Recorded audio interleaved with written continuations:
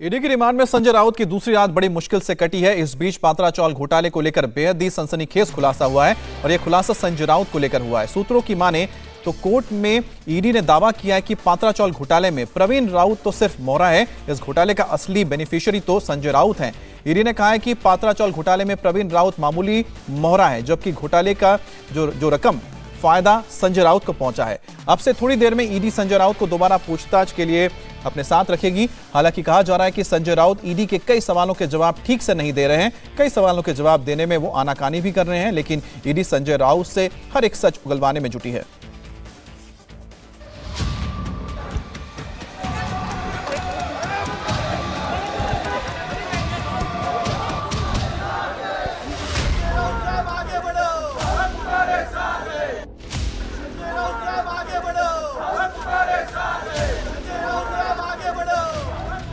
आसमान की तरफ उठे बाजुओं की ताकत कम पड़ चुकी है। भेजी हुई मुट्ठियों से वक्त रेत की तरह फिसल चुका है।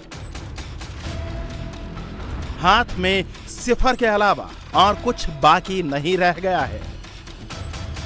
बावजूद इसके टशन पूरा है, रौब पूरा है।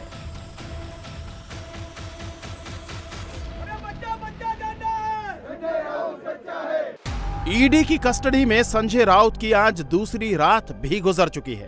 पहली रात असमंजस भरी थी तो दूसरी रात अस्त व्यस्तता की।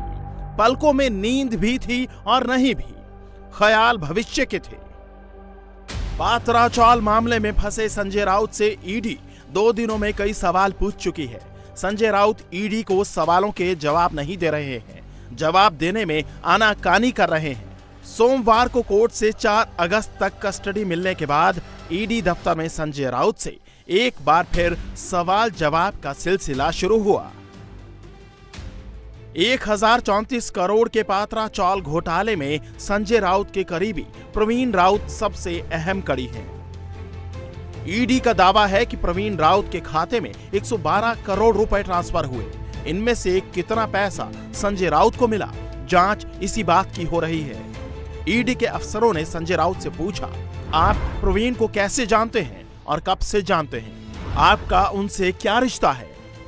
मुंबई के गोरेगांव में मौजूद पात्रा चौल को 2008 में तोड़कर इसे रीडेवलप करने की योजना बनी और ठेका दिया गया प्रवीण राउत की कंपनी गुरु आशीष कंस्ट्रक्शन कंपनी को। सारी गड़बड़ इसी कंपनी के जरिए शुरू हुई। इसी पर ईडी ने संजय राउत से पूछा, गुरु आशीष कंस्ट्रक्शन कंपनी में आपका क्या रोल है? इस कंपनी में आपके कितने % शेयर हैं?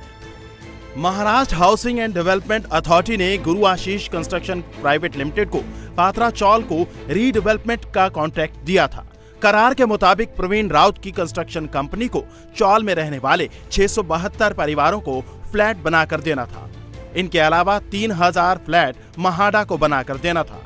इसके बाद जो जमीन बचती उस जमीन को डेवलप कर गुरु आशीष कंस्ट्रक्शन कंपनी दूसरों को बेच सकती थी, लेकिन ऐसा कुछ भी नहीं हुआ। इसी पर ईडी ने संजय राउत से पूछा, आखिर पीड़ितों और महाडा को फ्लैट देने की बजाय प्राइवेट बिल्डर्स को स्टेक क्यों दिए गए? कितनी ऐसी कंपनियां हैं जिन्हें पात्रा चौल की जमीन दी गई? आखिर प्राइवेट बिल्डर के साथ डील में क्या फायदा था? संजय राउत से ईडी ने यह भी पूछा कि महाडा को जो फ्लैट देने थे उसके बारे में महाडा को क्या जानकारी दी गई? क्या पात्रा चौल में रहने वाले लोगों को इस बारे में जानकारी दी गई थी? संजय राउत और प्रवीण राउत के बीच गहरी सांठगांठ थी। इस सांठगांठ से चौल के पैसों में कैसे हेरफेर की गई, इसकी जानकारी ईडी को जुटानी है। ईडी के पास संजय राउत से सवालों की लंबी लिस्ट है। लिस्ट इतनी लंबी है कि कस्टडी के 4 दिन भी कम पड़ सकते हैं। संजय राउत से ईडी ने यह भी सवाल किया कि जब प्रवीण राउत आपके पार्टनर थे तो आपको हर महीने वो 2-2 लाख रुपए क्यों दिया करते थे? क्या डील हुई थी आप दोनों के बीच? क्या जरूरत आन पड़ी कि वह प्रवीण राउत जो कि गुरु कंस्ट्रक्शन नाम की कंपनी के डायरेक्टर थे, उनसे हर महीने 2 लाख रुपए लेते थे?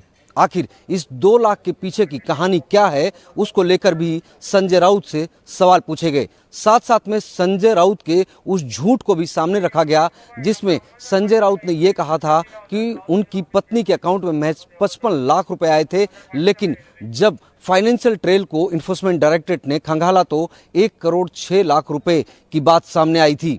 हालांकि 55 लाख रुपए देने की बात जब शुरुआती तौर पर सामने आई थी तो संजय राउत ने यह भी दावा किया था कि उन 55 लाख रुपए को उन्होंने वापस कर दिया। अब सवाल यह है कि आखिर किस लिए पैसे लिए गए थे और किस वजह से ये पैसे वापस किए गए, और साथ साथ में 55 लाख के बजाय आखिर में फाइनेंशियल ट्रेल में ये पैसा 1 करोड़ 6 लाख रुपए कैसे पहुंचा। संजय राउत की पत्नी वर्षा के खाते में प्रवीण राउत की पत्नी के खाते से 83 लाख रुपए ट्रांसफर हुए थे, जिससे उन्होंने फ्लैट और प्लॉट खरीदा। आरोप है कि ये पैसा पात्रा चौल घोटाले के एवज में ही दिया गया था। ईडी के रैपिड फायर राउंड में राउत से ये जानने की कोशिश की गई कि दादर में फ्लैट और अलीबाग में प्लॉट खरीदने का पैसा कहां से अदा किया गया और वो पैसा कहां से आया।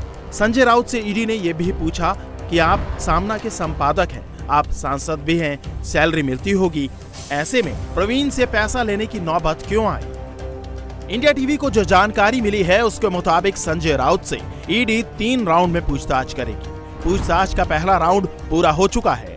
दूसरे राउंड में प्रवीण राउत दूसरे गवाहों और आरोपियों के बयानों को क्रॉस चेक किया जाएगा और इनका मिलान संजय राउत के बयानों से किया जाएगा। इससे पता चलेगा कि संजय राउत झूठ बोल रहे हैं या सच। पूछताछ का तीसरा राउंड सबसे अहम होगा। अगर संजय राउत ने मुंह नहीं खोला तो प्रवीण राउत को उनके सामने बैठाकर इन्वेस्टिगेशन की जाएगी। इसके अलावा सुजीत पाटकर, स्वप्ना पाटकर, वर्षा राउत, माधुरी राउत को भी आमने सामने बैठाकर सवाल जवाब किए जा सकते हैं। संजय राउत को 4 अगस्त तक इन्फोर्समेंट डायरेक्टरेट की कस्टडी में भेजा गया है, लेकिन सवाल यह है कि एक अकेले संजय हैं और उनके सामने सैकड़ों सवाल हैं। ऐसे में संजय राउत के लिए मुश्किलें बेहद बड़ी हैं। इंडिया टीवी हर वक्त हर जगह डाउनलोड करने के लिए सर्च करें India TV news Google play store या ऐप स्टोर पर।